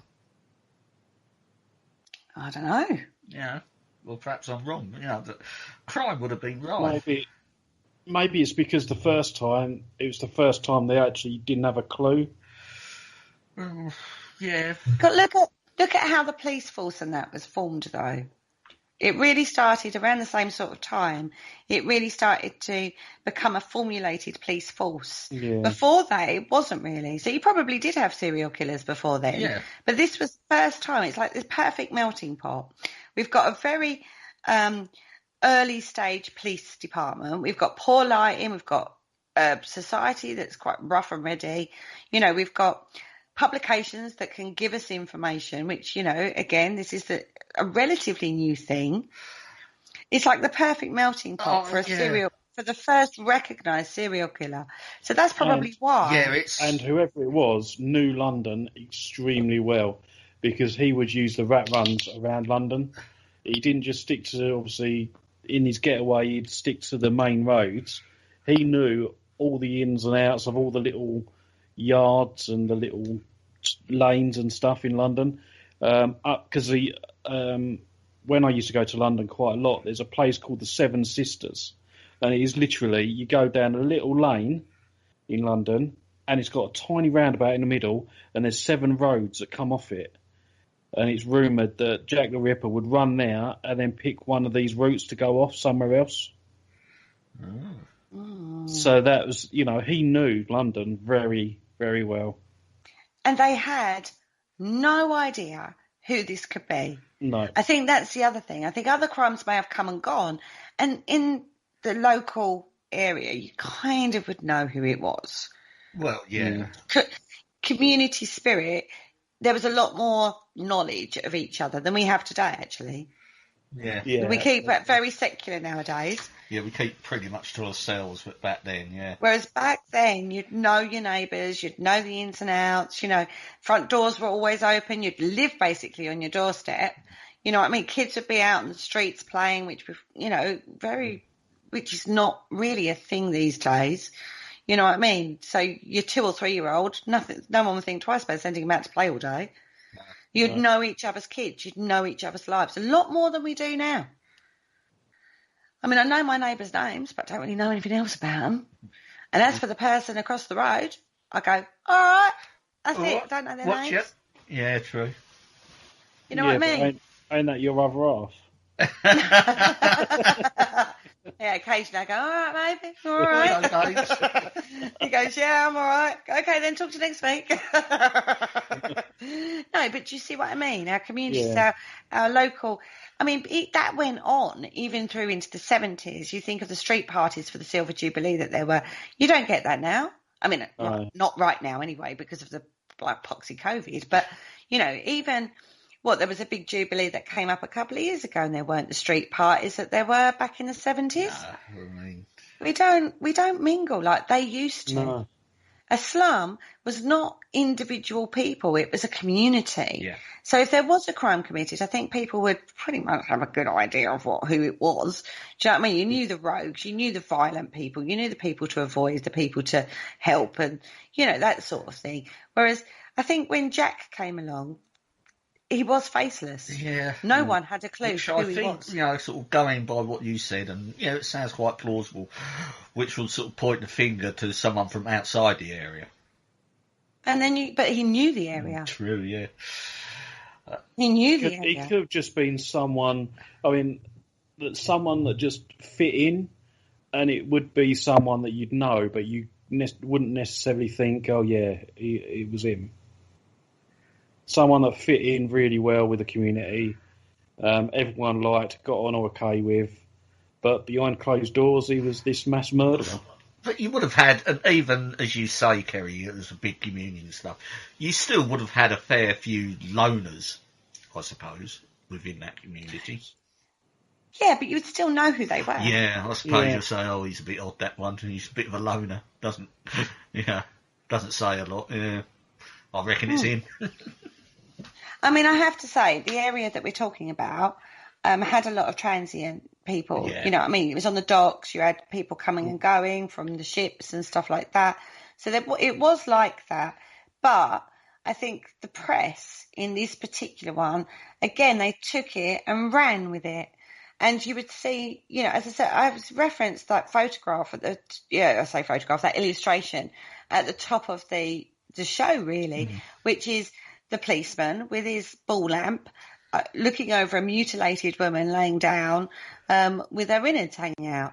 And that is imagery we know, even now, that they're being confronted with. It's pure sensationalism. Oh, yeah. And it is now, it's in the face of people. They can, it's more available. Like we've talked about this accessibility. It's now accessible. And it's sold. It captures the imagination, doesn't it? Definitely. Shots of, these illustrations of murder victims lying brutally disfigured in a morgue became commonplace. We have those photographs even to this day. Oh, yeah, they're still on. We know those photographs of the victims. And we know how they would, they hung them up on hooks to take the photographs, stuff like that. The thought of a criminal, that people want to see a conclusion to it. They want to see the final finale. It's a story. It fires the imagination. But Jack was so unique in the fact that literally nobody had a clue. The police, fumbling around literally in the dark, didn't have a clue. They flooded the area. Plainclothes policemen, well, not that they were, you could tell who they were, but they flooded the area trying to find this person. He murdered right under their noses. But then, as you said, the police force was still in its infancy, and they were still gathering evidence and learning how to do the job themselves. And it was literally one of their first big murder cases. Mm-hmm. That's out there in the press, and they're failing, and they're failing. Still, I'm sure they even use that case now to learn things from. Oh, they probably do. Because you can you can understand now, you've got the press, because the press is independent from the police, so you've got the pressure from the press, and the police are sort of fumbling around, it's, and if you're the superintendent of the precinct or the ward or whatever they call it, that's, this is happening in, that's a lot of pressure. Yeah. You also have to understand the press are for entertainment purposes. They're there to entertain. It's a form of entertainment. Well, yeah. Yeah? Mm-hmm. Right? They're there to put out an opinion. We see this, you could take the same news story from, even now, you could go to a newspaper, several different newspapers, take the same story and read them back to back, and you'll see the slant of political opinion or how they want to sway your opinion. So if you're we talk about a left newspaper or a right newspaper, Labour or Conservative, it's in regard to political views, but they have the same thing in regards to crime. Yeah. If you're for the police, you want to give them more funding, or they've messed up again, blah, blah, blah. You can tell that and you just, even today, it's an experiment that you can do. Take one story and then look at it from the slant the different newspapers take on the same story. It's crazy. Yeah. And it's something that a lot of people don't actually realise. They think, I read the Times and it's always accurate, and it's not necessarily. They make up facts. Well, yeah. They want that sensationalism, sensationalise themselves. You know what I mean? And this isn't being printed now in just the UK. This is going worldwide. So this becomes insatiable. All right, he committed loads of murders. He did. He was horrendous murders. But he weren't the only one. Brutal murders happened on a daily basis in the Victorian period. Mm-hmm. But because you've got a bigger reader base now, it's selling. There's huge competition out there to sell newspapers. So it's murder, read all about it. Another prostitute slain in gutter. Do you know what I mean? Kind of thing. To sell the newspaper. I mean, don't forget how the journalists corrupted the case. A lot of the letters that Jack the Ripper was supposed to have written to the police were allegedly come from journalists. Well, yeah, even the infamous Dear Boss letter is where Jack the Ripper is named. He gave himself the name in that letter, which is then the press took that and went Jack the Ripper. But that actually kind of was said to have come from a journalist in the first place. Because I believe sort of like the original name they that was banded around, I think, even the police was Leather Apron, wasn't it? Yeah. Mm.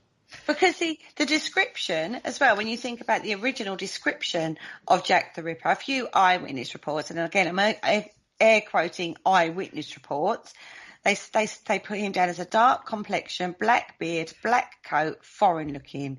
Now that fitted the description of a typical Jewish person living in the East End at the time. Then they called him Leather Jacket. One poor guy was absolutely hounded because he fitted the description, and he was a butcher. So he dealt with knives, and he had a leather apron that was covered in blood. And the guy was hounded at the time. Yeah, I can imagine why. Do you know what I mean? Because of how the press are reporting this. Yeah, because they wouldn't have been to, nowadays we have quite strict, regulations. I mean, and if you can fit it on an ethnic group as well, I mean, back then they didn't mince their words, and it would run. Mm. And that was the problem. And this is, I think, why nowadays we have, I mean, you talk to people who are ripperologists and know a lot more about the case, like Andy Mercer, like, who's the other guy, guys? Christopher Chow, not Mike Cavell. Mike Cavell, yeah. Mike Cavell. When you talk yeah. to those people who are proper ripperologists, have studied this, looked at the original paperwork and everything, they say that they knew who it was. They caught him. There's a real eyewitness account that's credible that they took, that was seen, right place, right time, that they had him, they put him into a asylum, they got their guy.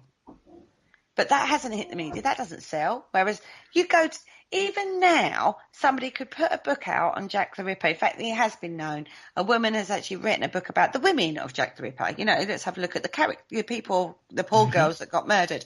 That's just been released. Bestseller. Yeah. Well, yeah. The name's got currency, isn't it? It's got legs of its own. Even though people are out there going, I've proved it. I know who it is. We've got documentation. We kind of pretty much know who it is, everybody. Hello? Have you missed that memo? We know who it is. Yeah, but then it's I think all of that is classed as circumstantial, isn't it, I think now? But how? You can convict somebody on circumstantial evidence. Oh, that's my stall, everybody. I've got a footstool. That made that noise. Sorry. Yeah, it's still not hard evidence, though, is it? And I think, you know, at this point in time, I don't think we're ever going to know. No, we're not going to prove it beyond doubt. But like I say, you can convict even now in a court of law on circumstantial evidence. It has been known. Yeah, a bit late now, though.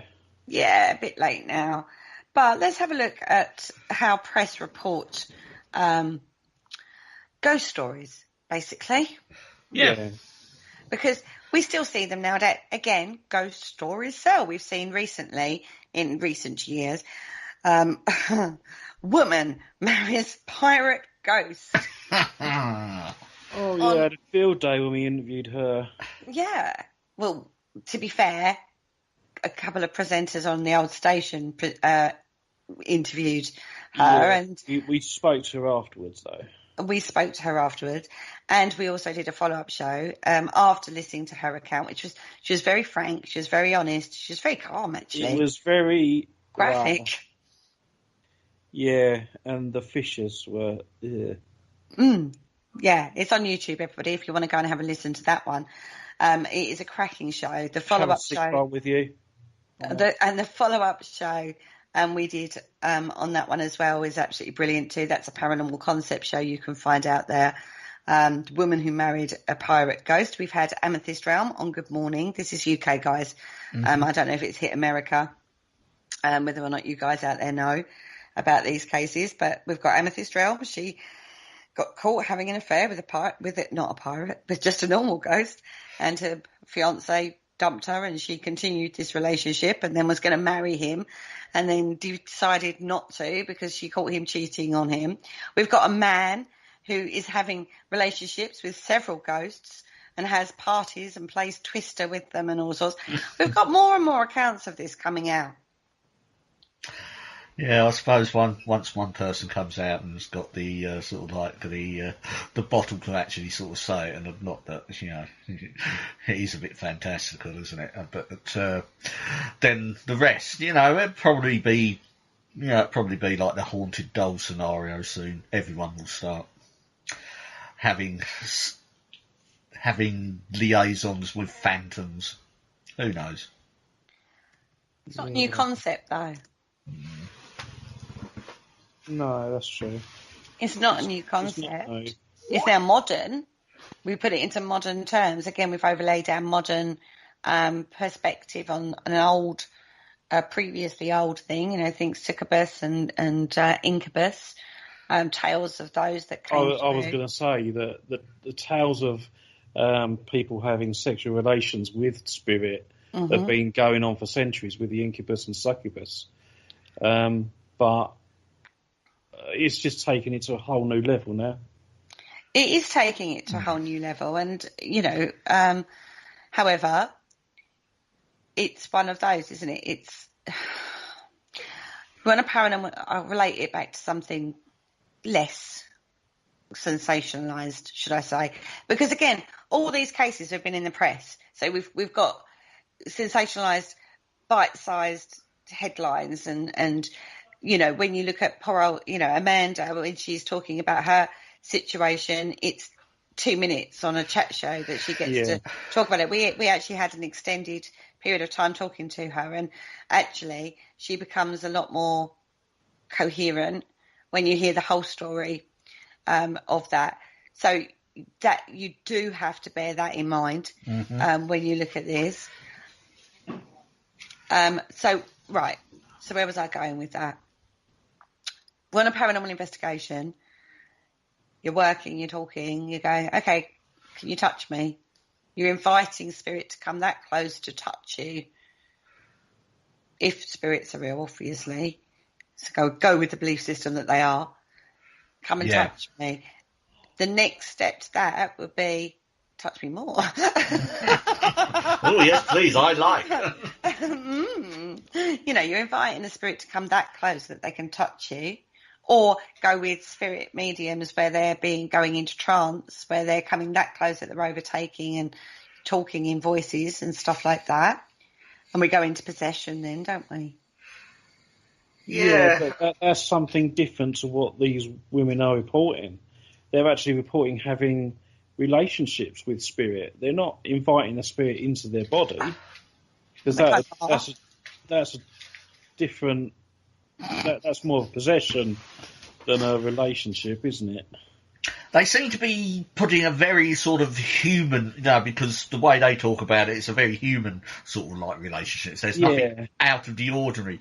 Whereas with sort of, I suppose, not that I know a lot of like the tales of incubus and succubus and stuff, there is a bit of another otherworldly sort of take on it. You know, you can tell it's a bit sort of not fantastical, but it's quite sort of spiritual or whatever, or otherworldly. But this latest spate of stories is more or less they're more or less talking about someone. You know, they could be talking about another person. You know, oh, I'm going out with him, but they add ghosts. You know, and he's cheating. You know, on other ghosts or whatever. So I called the wedding off. That is very sort of run of the mill, isn't it? Sort of like you can sort of, and if your friend down the pub sort of said, "Oh, I'm going out with this girl and she's cheating on another girl on another boy," you know, and you know, that's just that. They're just sort of adjusting the standard sort of relationship story very slightly. Except it's not with a person; it's with a ghost. Yeah. And that's the only insight. Press love this. But they love anything that's, you know, okay, let's go back a little bit in time then. Let's go back to like the 1970s, the Enfield haunting. That didn't get first looked at until it hit the press. A police officer got called to the house. That got reported to the press. That then was talked about to the SPR. The SPR got hold of it. They weren't that bothered. Gave it to Maurice Gross. But, yeah, go check that out. We're not that convinced. He went. And now look at what we've got. We've got an amazing case study by members of the SPR who recorded it. They wrote about it. They have their opinions about it. They lived it. You know what I mean? But that hit the press. That was the Daily Mirror. They went to photograph it. It had something experienced while they were there. I mean, I think one of the photographers, we talked about this a couple of weeks ago, got hit in the face with a piece of Lego, wasn't it? And nobody else was physically hurt. Only he was. Yeah. Police officers saw a chair move. And it became like, and the press get hold of it. And then that was it. Poor old Janet and their family is splattered all across the tabloids for this sensationalism. Thank God the SBR got involved, actually, because we've got an amazing case study. But if it was left with the press, the ridicule. And this, do you think then the press are responsible then for people not coming forward because of the way they sensationalise things? To a certain extent, yeah, you can understand. You know, we've all sort of had experiences and stuff like that. I mean, for me, I mean, first port of call, not the press.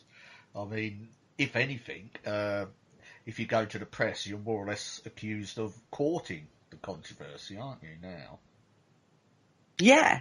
Yeah, You are. Yeah. It seems you're totally sort of. If I sort of had an experience here in my house, sort of claimed to see a ghost, so I phoned up the Daily Mail or whatever, and sort of like reported it, and they run a story, and that got shared around Facebook. I'll get ridiculed and I'll get panned for it. Yeah, but I think you'll get ridiculed more from the people than you will the actual newspaper. I just think that's something that happens. How it's reported. It's just the way things are in this day and age. And I think some of the paranormal reports that are in the papers and stuff, people are interested because it's paranormal and they've got this belief system in it. And, it isn't a piece of interest. So, I can understand it being in the papers. But I think with the ghosts, again, they're taking it to the next level with this whole married to a ghost and stuff. If they really wanted to go out there and make stories up, I think the best paper for that was the Daily Sport. The whole story when they found a London bus on the moon. It's like, really? Yeah. If you're going to make stories up, make them like that. When we investigated De Grey Street, Paul, I don't know whether I told you, I actually got in contact with a journalist and before we went, and I thought it would be a good sort of thing, perhaps to see if a journalist wants to come along for the night. Oh, okay. And sort of like report on it, and sort of get it in the paper, fame and fortune and all that, young days they were. And, but they turned it down, and they did actually get back in contact. I tried, I think it was the Mirror, and then I tried one of the Hull Live or one of the Hull papers. They both got in contact back, but they both turned it down. It's not sensation. No. I thought, would you, and it was basically said, and would you be along for a few hours at an alleged haunted house? No, it's been done. It's been done to death. If we was to contact the local paper and say we're going to do an investigation at the ancient Ram Inn to challenge the ghost that has been raping the old owner every night for his life, then they might think, well, actually, that might be a good one. I don't think so. I think it would need to be something more now. I think it's been done. I think that's the problem. I think it's not sensationalism enough for them. I think if you was going to go to them with something, it would have to be either on the level of the Enfield haunting, or it would have to be a brand new slant on it. In my opinion, because all those stories have been done and dusted. Paranormal TV. What about a derelict location that's a danger to everyone that goes in it, and they're still making money on selling it to the ghost hunting community? Oh, no, there's a different slant. That's a different slant, you see, and they probably would be interested in that, I don't know, but yeah. Oh, well, if there's any newspapers out there that want to, £50,000 and you can I don't think you'll get anywhere near that. I don't think they buy that stories, or they don't need to. This is the other thing with media, isn't it? Yeah. These days, they don't need to pay for the story. There's plenty of them out there. All they've got to do is troll the internet. Yeah. Oh, this one is brilliant. It's not on the... When we was approached by the Daily Mail for that spread on female ghost hunters, they just trolled the internet. They messaged me out of the blue. And actually, it was who you knew, because that actually came from Kerry Ann, who actually came through iHeartRadio, which you and Viv had done. That's where the Daily Mail got their sort of link from, and then got in contact. And that's how that happened. Do you see what I mean? So it's it was the paper interested themselves in running a story. I mean, you didn't go to them with the story, did you? No. So they're constantly looking for different slants on things. It's... and then you get the TV then picks up stories from the newspapers. Yeah. Because then from that led on to the Good Morning Britain appearance by the girls. Do you know what I mean? So that's how it works. Yeah. And it's all about what's going to get them viewers, what's going to sell more copies, what's going to get them higher viewing rates so they can charge more in advertising. It's an entertainment business, even newspapers. No, you're totally right. I know a lot of sort of ghost hunters out there think what they do is highly important and, sort of deserves it. But, but at the end of the day, sort of like the press will just treat it as is, If they've got a bit of a, sort of slacking stories, they will, as you say, trawl the internet. And, the ghost photos are usually a bit of a favourite, and, bits and pieces. You don't get the in-depth stories so much now. It's just filler. Is what you get. Yeah. I mean, even the haunted doll that sold. The reason that hit the media so high was because of the amount it sold for. Yeah, absolutely. That's how that that it hit the media. Haunted or anything like that. No, because everyone was amount paid. Yeah, because everyone was sort of going, wow, yeah. You paid that much? But that's totally up to the person's choice. Yeah. Lee Steer at the time and his team paid for the doll. Their choice. You want to spend that amount of money on something. Who has anybody else got anything to do with it? Nobody else's business whatsoever. Yet everybody jumped on that. And the fact that they got a little bit of media out of it, it's ruining the credibility of the paranormal. How? The only people that ruined the credibility of the paranormal were the ones that actually moaned about it. They done more damage to the paranormal than anyone. I don't disagree with that. Mm. Very quick to jump judge and jury, but we get that from the media because the media is constantly judge and jurying people through the way they report. Yep. And this is the problem. It filters down into how people react to things. Yeah. It's up to nobody else how much money somebody spends. Or, there's not up to us to judge Amanda on her experiences with the pirate ghost or Amethyst Realm. If that's what she believes, we can look at that case. We've got an alpha case of somebody who believes they've got paranormal activity or experienced something spiritual or something otherworldly happening. We have got an alpha case, regardless of our personal opinion on that, or the media opinion on that. Yeah. As investigators, as researchers, we've got an alpha case that we can. Now, we were very lucky. We got to talk to her. We heard the whole story from start to finish. We got to get to know Amanda a little bit in that interview. We then have our own personal opinions on that. We also have knowledge where we can look at it and not judge, but offer maybe an opinion as to what happened. From that interview, we got far too much information than what we actually wanted. I found that information, though, more fascinating because they're verifiable facts. Absolutely. Yeah.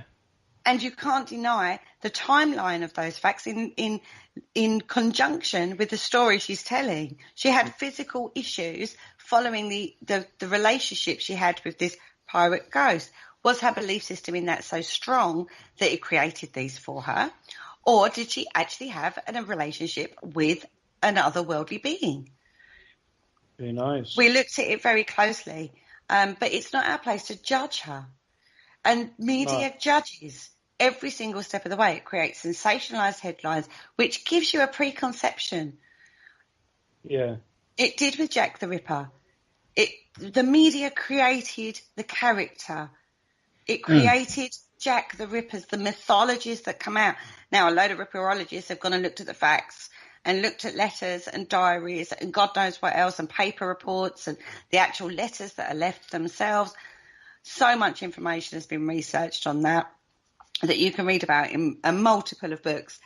It still sells today because our immediate impression of Jack the Ripper actually takes us back to the Victorian times. And so many belief systems actually take us back to the Victorian times. And we need to recognise that. Mm. Yeah. I'm getting on a little soapbox moment, guys. Oh, I'm going to sit back and let you two have a little waffle for a moment. Yeah, but as you're saying, Kerry, it is sort of, especially with Jack the Ripper, it has everything. You just have to think of Jack the Ripper and, the iconography's all there. Sort of like the Cape Man with the top hat's quite a popular one, isn't it? But again, that is all media driven. The Gladstone bag. Pardon? The Gladstone bag. Yes. The doctor bag. Yes, the doctor bag, the Gladstone bag, yeah. You know, sort of that, you know, and, you know, and you always have, you know, you go back, you started the show with it, you've mentioned it since, you know, the classic image of the policeman with the lamp, aghast over the sprawling body. I mean, these are, you know, and it just shows that these images can last, you know, well, it's been over 100 years. The impact of media should never be underestimated. No. On your own personal belief systems, quite frankly. I know sort of a lot, you know, it's quite trendy to say, oh, I sort of don't believe anything I read in the papers and sort of waffle, but you know, we are influenced daily, on a daily basis. I mean, there is truth in what they write, but they put their own opinions into it as well to guide your opinion. So it's like but that. There is precedence, though, of fake news being printed in newspapers, in media. Yes, there is precedence of that. Yes. There's a good documentary on that was done by the guy who wrote, who was it was a game show, Whose News Is It Anyway, or something like that. Oh, yeah. Oh, right, yeah. Well, I've got news for you. Yeah, but there's a panel of 6 people and oh God, I can't remember his blinking name now. Anyway, he's done a really good documentary. I believe it's on BBC iPlayer, which is all about fake news, where it came from, where it first started. And it was actually to do with 2 rival newspapers, and one newspaper was copying the other one. So one of them published a fake news story, the other one picked it up, and then the original newspaper said, well, that was a fake one, that just shows you're copying us, and that became quite a big media thing. But that was where it came from, fake news.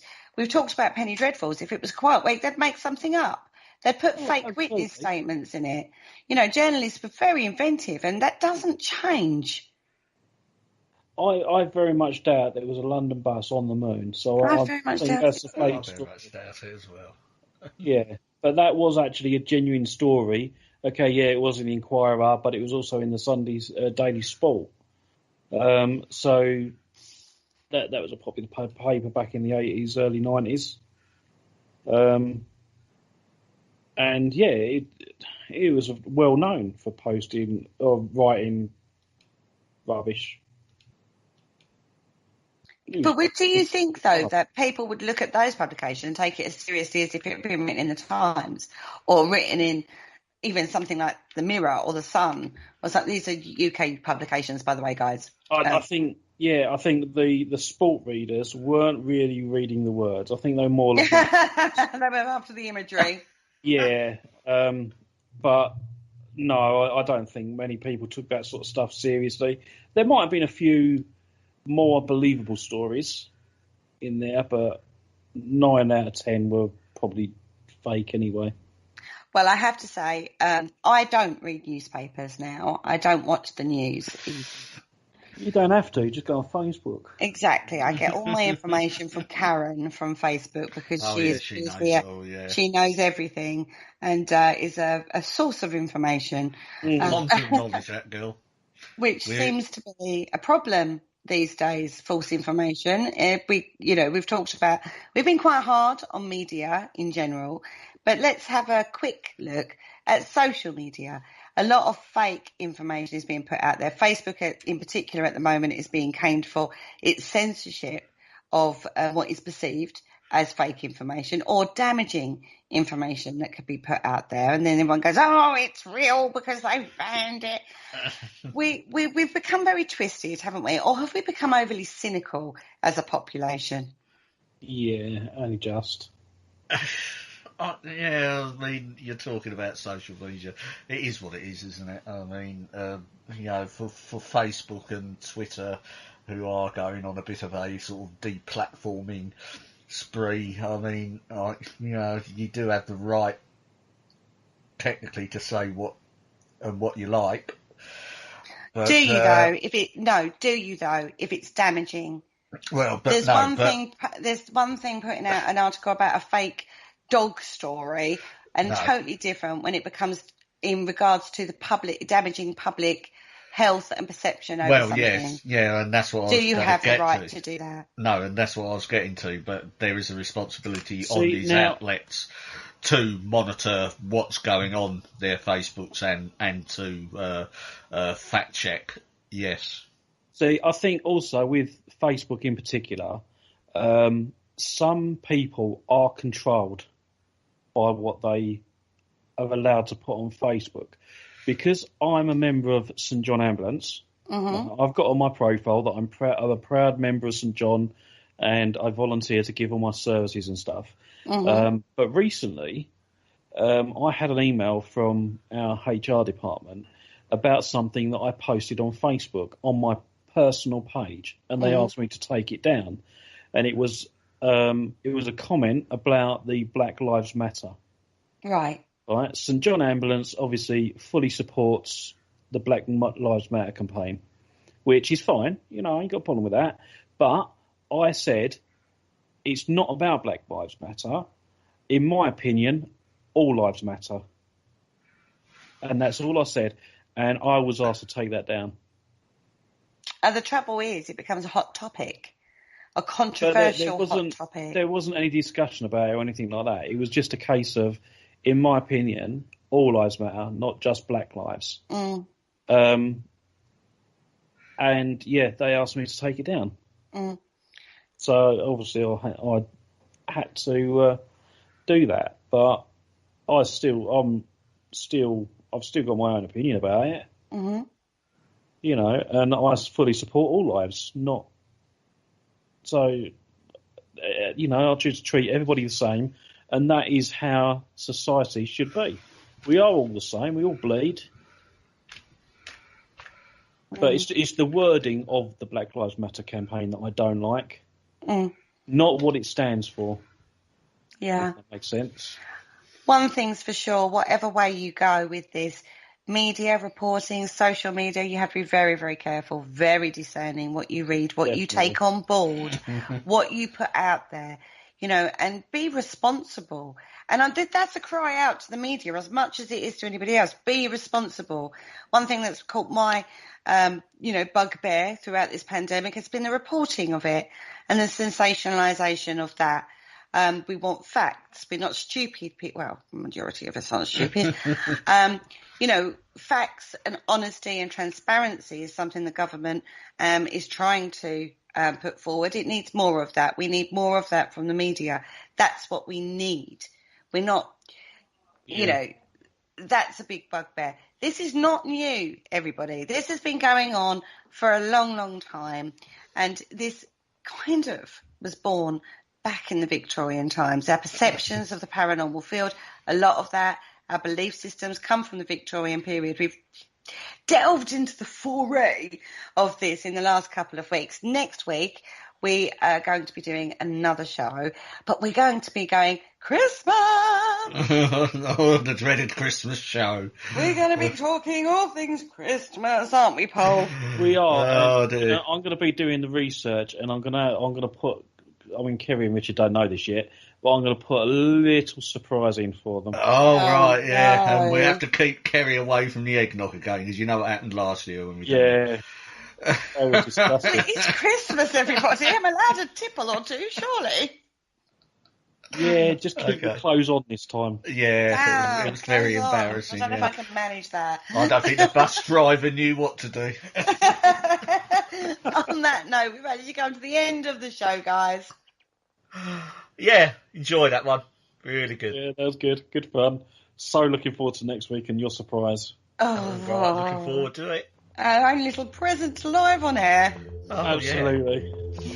On that note, say good night, guys. Good night, guys. Yeah. Good night, guys.